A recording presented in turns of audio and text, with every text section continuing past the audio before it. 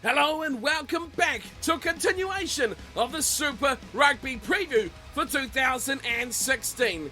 In the last installment of this series, we had a look at the competition, how it's going to run, how the playoff system's going to work, and where your team can be found in the group and conference system. Today, though, we're going to move away from that, and we're going to have a look at the actual teams taking place.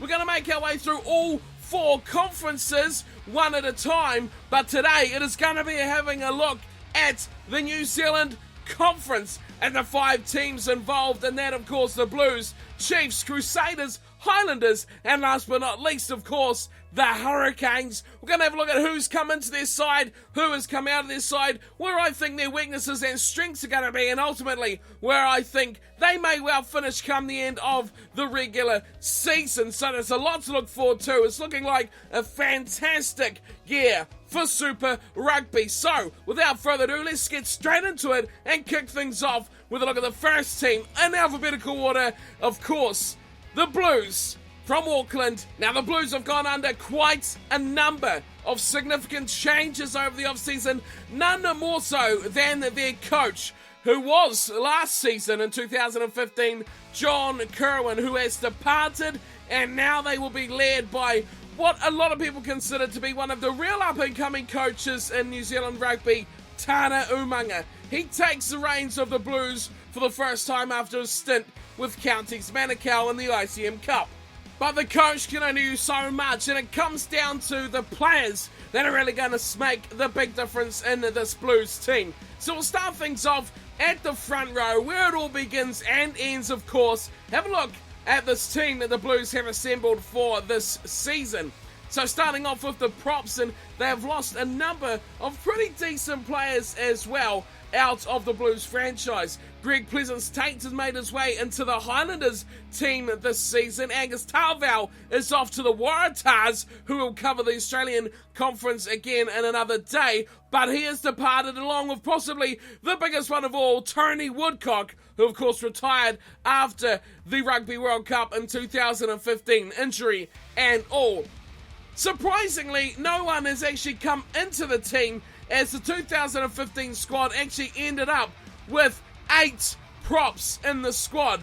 So coming into 2016, who are the key men in the propping situation for the Blues? Of course, Charlie Faumuina will be one. That will be massive. Alongside him will be, of course, Sam Prattley and Ofa Tuangafasi, who are going to be big names for this Blues squad. If they're going to go anywhere, it needs to start with those guys, especially Faumuina, who has become a pretty good prop, especially making his way into the All Blacks as well. Could be one to watch for the Blues. Of course, the front row is complete with the hooker and another big name retiring from the Blues front row. That is Kevin Mealamu, who has departed as well. So that's 2 big names out of the front row for the Blues, but they have recruited very nicely, picking up Quinton McDonald from the Chiefs, which gives them McDonald alongside Matt Moulds and James Parsons. I think they've 3 pretty good hookers. Quinton McDonald, very much like a Dane Coles kind of player. He'll be one to watch. James Parsons, of course, the one Test All Black as well. Matt Moulds, also one who's been a star in ITM Cup. So I think 3 good hookers for the Blues. We make our way from that, though, into the second row, and a place here where the Blues need to watch their fitness, especially when they're losing so many good players, especially the likes of Callum Retallick and Hayden Triggs, who's made his way all the way to Leinster this season. So a big loss to lose Hayden Triggs, who's very much a key figure of that second row. But they still do have the likes of Josh Bekius and Patrick Tuipulotu, who will be the main figures for this Blues second row. Into the back row, and there's a number of players here, and this is where I think their real strength is going to be for the Blues. They have lost, again, significant players like Luke Braid and Brendan O'Connor, which I think are very good players at Super Rugby level, but look who they've pulled in. Tanirao Latimer, they have pulled in from Japan, formerly with the Chiefs, remember, but they didn't have room to put Latimer back in the team. I think this is absolute amazing pickup for the Blues. This is huge for their hopes. They have now got some amazing talents in their back row. Jerome Kaino, Latimer, who we mentioned already, Stephen Luatua, Jack Ram, Akira Ioane, big names that will fill that 6, 7, 8 slots for the Blues. I'm expecting big things from that to be a real strength along with the rest of this forward pack. But of course we have to make our way out of the forwards and into the back line, and here we have plenty more changes for the Blues, with only one of their scrum halves keeping his spot in this 3 of scrum halves in the team. Of course, they've lost a number of players. Jimmy Cowan, Jameson Gibson-Park, 2 pretty decent scrum halves have to be said as well that have made their way up. But Billy Guyton and Sam Knock have come in from the Crusaders and from the ITM Cup in Northland to give them 3 pretty decent. I think Bryn Hall by far and away the best. Billy Guyton, pretty good backup to have there as well. Outside them will be, of course, the fly halves. There's a couple here to pick from. They've lost Daniel Bowden and they've lost Simon Hickey. I think Simon Hickey was a really good talent. He's off to Bordeaux and Dan Bowden off to Bath. I don't think Dan Bowden's too much of a loss. I don't really rate him as a big player for the Blues, but Hickey I think was really one for the future, and I do hope that he does come back to New Zealand rugby in the future. What they do have though is Matt McGowan and Ehire West. Now, if you've been watching this channel for a while, you know I'm a big fan of Ehire West. He is an amazing runner of the ball, almost Carlos Spencer-like, the way he can cut a defensive line to ribbons from first receiver, but also he is a fantastic goal kicker and general play kicker. I think last season he had one of the best kicking rates, especially for a New Zealand franchise player as well, which is great for the future of New Zealand rugby. I think he will definitely be one that will be in a black jersey in a few years' time, Ehire West. Keep that name in mind. We move on from him though, and we go into the centres, and this, with the Blues, the way that the Blues really base their team, the centres, the wingers, and the fullbacks are almost all the same thing, because they all do very similar jobs and are all very versatile in their position. So don't take one player as being in a certain group as his final position. These players are very, very versatile. And when you look at the players that they have lost as well, which is quite a few, Peter Arkey off to the Hurricanes, Francis Saili to Munster. They've also got Frank Elias made way to the Wasps, as well as Charles Piatel also going to Wasps. So a couple of few big losses there from the rest of the back line, but again, recruited very, very well, especially in the centres and wing. Call them what you like. Again, very versatile players. Rico Ioane, Rennie Ranger. That's massive. And Mali Sal, the Japanese player, a fantastic buy for the Blues. Also, Matt Duffy from the Melbourne Storm, the NRL club, will now be part of the Blues. One of, I think, 4 former NRL players we will see in these squads for the New Zealand side. So keep an eye out for those in the coming teams. But that's amazing to have, Rico Ioane, George Maole, Rennie Ranger, Marty Sal, Matt Duffy, Ben Lamb, Tavita Lee, Milani Nanai, and Lalangi Visania. That is some real talent for the Blues, and I think that could be their strength, but also their weakness, I think, is their backline. Will Rennie Ranger be that impact? Can Marty Sal live up to Super Rugby level? And these youngsters as well. I mean, Rico Ioane there, Ben Lamb, Tavita Lee, Nanai as well. They're very young players, and is this their season, or do they need a season or 2 more? That's going to be the question mark over the Blues for mine. But their real weakness, in my thoughts, in my opinion though, is that when they go past their first 15 starters, they really lack the experience. I mean, if you were to lose someone in the front row, Famuina goes out for the season, you're looking at a Nick Mayhew kind of thing coming in to the next match. The second row as well, with only a couple of players from ITM Cup level that haven't really featured for the Blues or at Super Rugby level before, could be their big weakness for the Blues. I think their forward pack is definitely their strength, but their back row, massively. Some real big names in there. Kaino, Latimer, Luatua, and Kira Ioane, Jack Ram as well. The Blues could be big changes with the change of coach and everything, but I think it is too soon for this very young squad. If they can stick together for 2 or 3 more seasons, they could be frontrunners in this competition. I'm going to pick them to still come in 5th position in the New Zealand Conference, but I don't think it'll be as bad as previous seasons. Okay, so that's the Blues done with. We'll make our way into the Chiefs, and the Chiefs again, another team that has made quite a number of changes. Plenty of players making their way out and in of this Chiefs side. Again, we'll start in the front row, and there's a couple of big losses here to the Chiefs, and that is Jamie McIntosh and Ben Tamiafuna, who have made their way out of the Chiefs setup, but they've replaced very well, picking up a local player from Waikato, Molly, who will make his way into the team, and Nipo Laulala, unfortunately, has picked up a pretty big injury in pre-season, so they're going to miss him. But when they've got Puliasi Manu and Tokalahi waiting in the wings, I think they might be okay, but that could be a weak area for the Chiefs with those players departing, and now the injury to Laulala, it could prove costly for the Chiefs.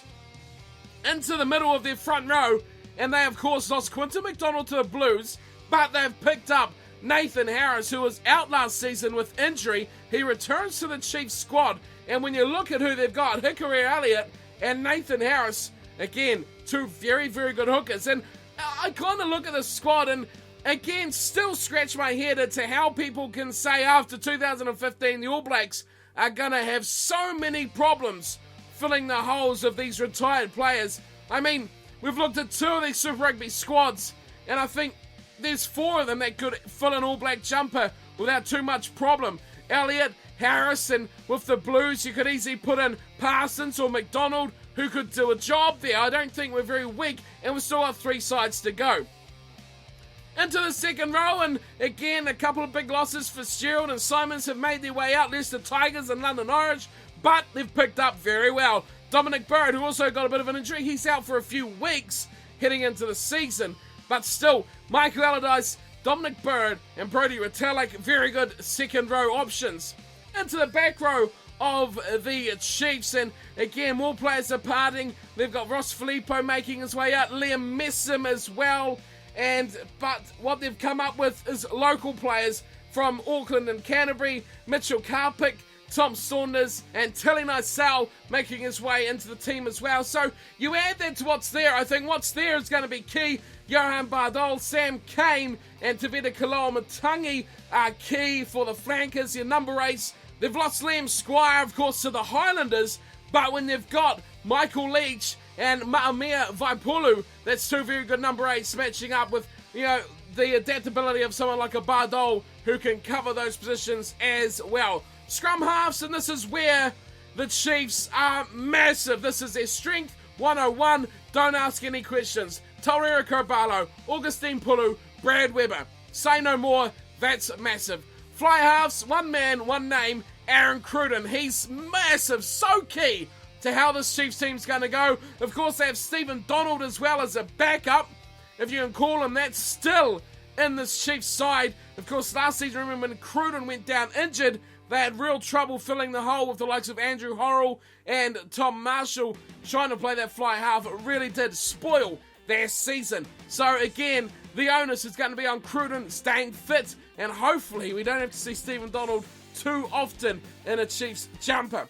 Into the centres, and nothing has changed here for the Chiefs. They have kept the same four players: Anton Leonard-Brown, Charlie Ngatai, Seta Tumani Valu, and Sonny Bill Williams, of course, back with the Chiefs this season. Now, this is going to be key. I think Aaron Cruden is a whole new player when he has Sonny Bill Williams outside him, which is going to be massive for the Chiefs. If he can rediscover that form, that combination with Sonny Bill, I think the Chiefs could be on to a bit of a winner. Onto the wings down, the Chiefs have actually turned over quite a large number of players here. Jose Aguirre off to Claremont, Bryce Heem off to Worcester Warriors, Tom Marshall off to Gloucester, and Tim Nano-Williams off to the Rico Black Rams in Japan. Big losses there for the Chiefs. I mean, they're huge. They are four quality Super Rugby players, but picking them up, Glenn Fisiahi from the Warriors, that's our NRL import number 2. Tony Pulu and Chase Tiatia coming in from the Bay of Plenty ITM Cup squad. So we've got Fisiahi, James Lowe still there, of course Pulu and Tiatia in the squad for the wingers.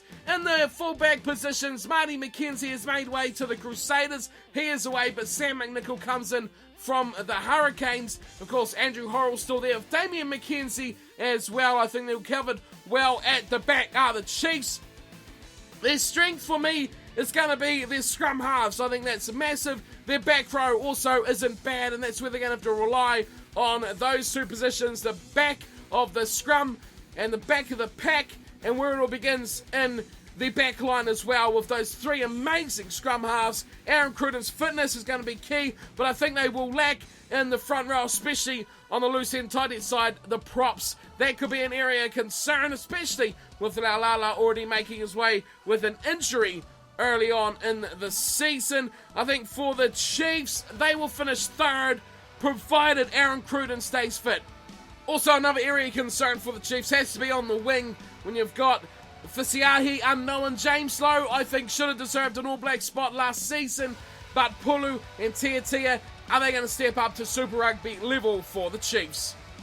We make our way further down the country now from Waikato to Canterbury, where we find, of course, the Crusaders, and wow, I have to say straight off the bat, their squad looks fantastic already, and they're going to be tough to beat. But let's have a look at what's happened here with the Crusaders transfers. Of course, they've lost Nipo Laulala, who's way to the Chiefs, and they have picked up Michael Alaalatoa from the Waratahs, which gives them a very imposing looking front row squad in the prop section. Of course, they have Alaalatoa and Wyatt Crockett, Owen Franks, Alex Hodgman, Joe Moody, and of course Tim Perry as well. Now, what's impressive about this selection of props is the experience that they all have. We have plenty of All Blacks in there as well. Wyatt Crockett, Owen Franks, Joe Moody have all played in the black jumper. Tim Perry's been around for a while, and Alex Hodgman as well is one that's been in Canterbury and Crusaders colours for now a few seasons, sitting on the bench, filling the void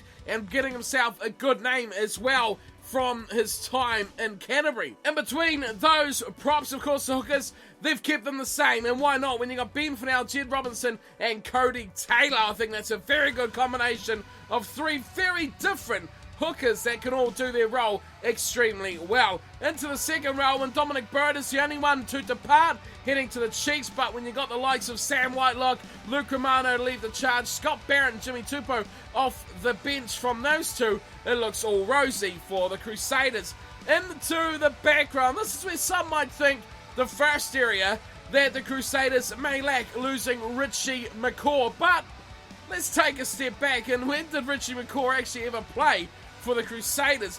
They've actually lost Luke Whitelock as well. He's made his way down to the Highlanders, but they've picked up a couple of men from the ITM Cup, Tim Boyce from Southland and Peter Samu from Tasman. And when you already have players like Jordan Taufua, Matt Todd and Kieran Reid sitting there already in the squad, it makes for a pretty decent level of back row as well. Tim Boyce has played through the Highlanders, I should say, before, so he's got experience Super Rugby level. Into the back line now, scrum halves, and two men have departed. Billy Guyton, of course, off to the Blues. Willie Hines off to Gloucester. That leaves two men, Mitchell Drummond and Andy Ellis, have proved already they can work pretty well together. Andy Ellis is always at that top level of Super Rugby, never really stepped on to become a good test player. Now, this is where a lot of people will think the Crusaders may fall over flat on their face. It is, of course, fly halves, and when you lose Daniel Carter, Russing, of course, Colin Slade to Pau, and Tom Taylor to Toulon, that is three world-class fly halves that have gone from the Crusaders. But they've recruited pretty well. Marty McKenzie from the Chiefs, Richie Mwanga coming up from Canterbury ITM Cup, and of course I think what will be the most inspirational or the most important transfer for this Crusaders team, Ben Volavola from the Waratahs. Of course, seen him in the World Cup with Fiji. He knows how to play at the top level. Will be their weakness, but I think could become their strength as we go through the rest of the team. We look at their centres, and just one man coming in from Taranaki, Sean Wainui, coming in to the centre group alongside Ryan Crotty, Kieran Fonatia, Robbie Fruin, David Havili as well. That is some absolute screaming talent in the centres. We go to the wings. We have Sione Fafita and also Jack Goodhue in the centres as well. Makes for a fantastic looking group of centres. We move straight to the wings though, and there's two men who have departed. Nathaniel Apa and Nafi Tuatavaki never really made big inroads in the Crusaders teams, but they've pulled in another one from Counties Manukau, Sione Fafita, making his way alongside Masalai McNichol, and of course the big Fijian, Nemani Nadolo, big name out there, and he's the key reason I think Ben Volavola could be key to this Crusaders side. If those two can link up nicely, we've seen them do it in the World Cup. Volavola's got those crossfield kicks all sorted. Those two have the chemistry, and I think players like Crotty, Fruin, and Fonatia and the likes are going to squeeze in nicely and learn to play the role between those two. And I think they can do it quite nicely as well. Of course, the fullbacks, Israel Dag is there alongside Mitchell Hunt. What are the Crusaders going to do? Well, I'm going to say they're going to finish top of the New Zealand Conference. Why, you may ask, and that's a good question. I am not a Crusaders fan by any stretch of the imagination. Probably my least favourite of the New Zealand franchises. But it's just really hard to go past these names. On paper, this is an absolutely stunning squad, with exception to their fly halves. Are they going to step up? Are we going to see the best of Volavola, Moanga and McKenzie? If we do, I think it's going to be a great season for the Crusaders. I mean, their forward pack, their front row, just international recognition written all over it, and they are going to be hard to stop, I think. Much to my displeasure, I don't really want to see them top, but I think that's where they'll end up. So we move into our final two teams for the New Zealand Conference, and we'll cut it there before we've got the other three conferences in another part from today. So stick around for those coming your way soon. Of course, it is the champions, the defending champions coming in 2016, the Highlanders from Otago. How does their squad look up? And you got to remember, this Highlanders team, unfancied, no recognisable names apart from the Smiths, and look how well they did. I think, to their credit, they haven't changed a huge amount. They've lost 3 front rowers, so as we kick this off here. Ma'afufia off to Ospreys. Nivoso sent a couple back to ITM Cup. Kane Hames making his way off as well after proving to be worthwhile for the last few seasons. They have picked up Halo Nuka Nuka from Tasman, I think a very good buy. And alongside all these players who don't get the recognition, Brendan Edmonds, Ross Gildenhayes, Hello Nuka Nuka as well, the new man, Josh Honig, Daniel Leonard-Brown. That's not a front row that you'll be like, wow, that's a world beater. And when you look at the hookers in between them, Liam Coleman, Ash Dixon, unchanged, but wow, didn't their scrum do well last season with all these no-name players? It's just amazing. Joe Latta has made his way out to Gloucester from the second row, but look who they've still got. Alex Ainley, very, very good and underrated second rower. Tom Franklin as well, local man. Mark Reddish, the best buy of 2015 for the Highlanders, and of course Joe Wheeler, the media man who just gets involved in everything for the Highlanders. That's a decent second row. We look to the back row. They've lost John Hardy to Edinburgh and to Scotland, of course, but they've picked up. This is what gets me about the Highlanders. They lose Hardy, a very good player at this level. They pick up Luke Whitelock, a proven player at Super Rugby level from the Crusaders, alongside Shane Christie, Gareth Evans, James Lynchies, who was amazing at the end of last season, Dan Pryor as well. Very good Highlanders, nice recruiting. We go to the number 8s, Nasi Manu, he's off to Edinburgh as well. But who do they pick up? Liam Squire, another proven Super Rugby player. He partners Elliot Dixon at the number 8s. Very good Highlanders. What have you done wrong there? Nothing. I think that's very, very good. Okay, so the forwards, they've done well. They've recruited nicely and replaced what they've lost. And at an absolute minimum as well, when you think about it, 3 players they've brought into the team. Now we look at the scrum halves, and there's just 3 names, of course, Fumiaki Tanaka, Josh Renton, Aaron Smith. I don't think Renton will see much time. Aaron Smith and Tanaka will run the show once again for the Highlanders. Fly halves, Lema Sopawanga. What else do we need to say? The master of deception and faint touches in 2015. Here we're back again. This time, here's a bit more support. Of course, 2015 he only had Marty Banks to back him up. Now he has Hayden Parker, who is not a new signing. He is back from a season-long injury, and he is, if you haven't heard of him or seen him play, he is an absolute ace from the boot. So if you see Hayden Parker come off the bench late in the match, don't give a penalty away because he will sink it. One of the best goal kickers in the country, Hayden Parker, remember that name. Into the centres for the Highlanders, and they have lost Sean Treby, who has gone back to Wellington, but they've picked up a couple of local players, McFetters and Rob Thompson from Canterbury. They partner alongside, of course, Malachi Fekitoa and Jason Emery, possibly an area of concern if Rob Thompson and Matt Fetters doesn't come up to Super Rugby level, of course. In the outside positions on the wing, Trent Renata makes his way out of the team, but still, no one replacing him in here. Just Richard Buckman, who's a bit of an injury, so there might be a replacement for him. But Naholo, Osborne, and Ryan Tonga. Now, what do you have to say about that? 4 very good outside men. Buckman can play, of course, in the middle when he's back from injury as well. I mean, Naholo and Osborne, they owned the wings of the Highlanders, and Ryan Tonga is a very similar player, very good player when he was with Hawke's Bay in the ITM Cup as well. He is a great player for the Highlanders in this team. Kurt Baker makes his way out of the squad. Ben Smith, the only named fullback there, of course. This is a good-looking Highlanders team. I think their only real weakness could possibly be in the centres, where they have Fekitoa and Emery, who are established Super Rugby players. Injury, or Emery hasn't looked his best over the last couple of years. Is he going to be good enough? Do they have to look to the others? Or will they look to a Buckman to fill that hole when he's back from injury? I think their back three has to be their key. When you've got players like Naholo, Osborne, Ben Smith, that has to be their strength. But what I find with this Highlanders team is it's all-round good.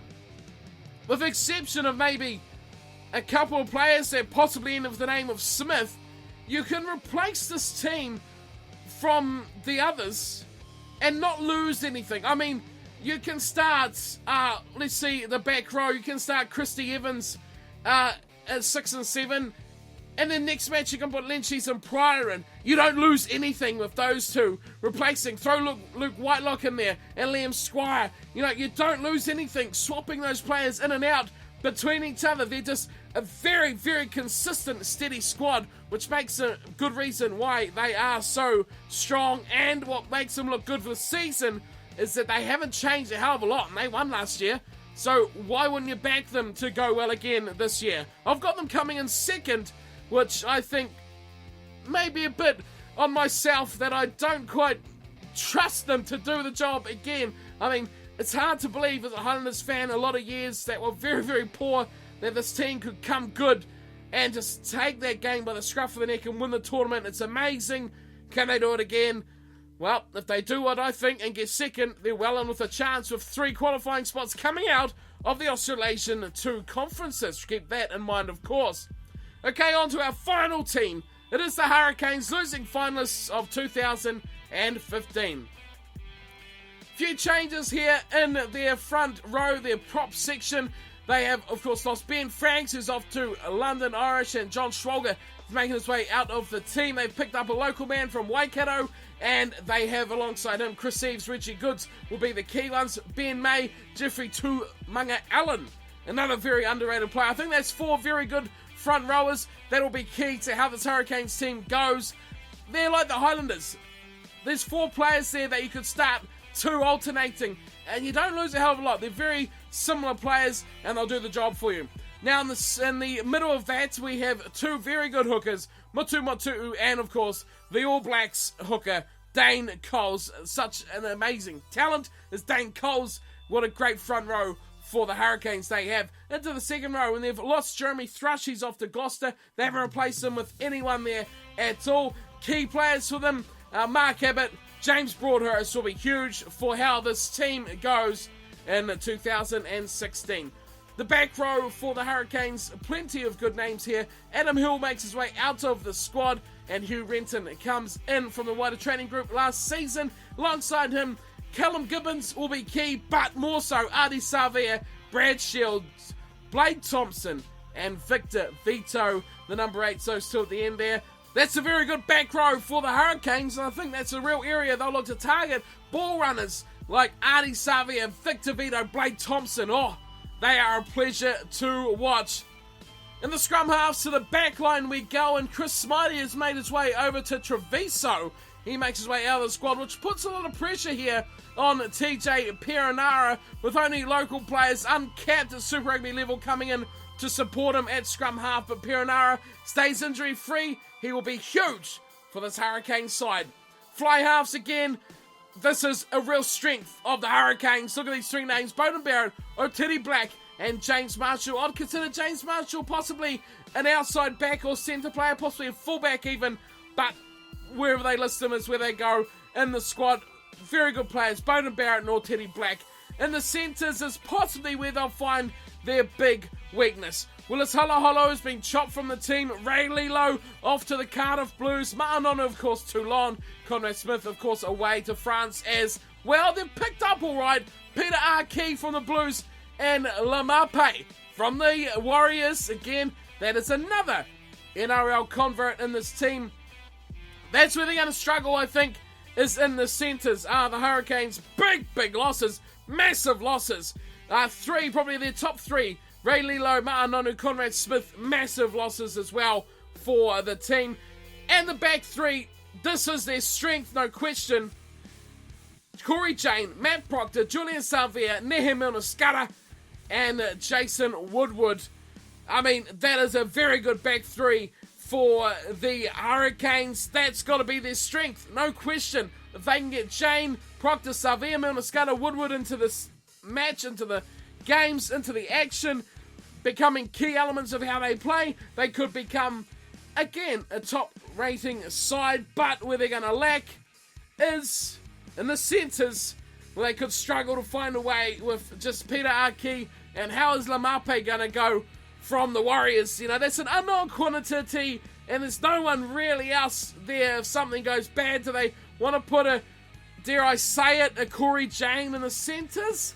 Because you've got James Marshall, he could go at 12, they could put Peter Arkey 13, you know, they've got options, but they're a bit thin. Couple of injuries that could really go bad for the Hurricanes. I've got them, unfortunately, because I love watching the Hurricanes play, but I've got them coming in fourth this season, just based on the weakness that their backline could show.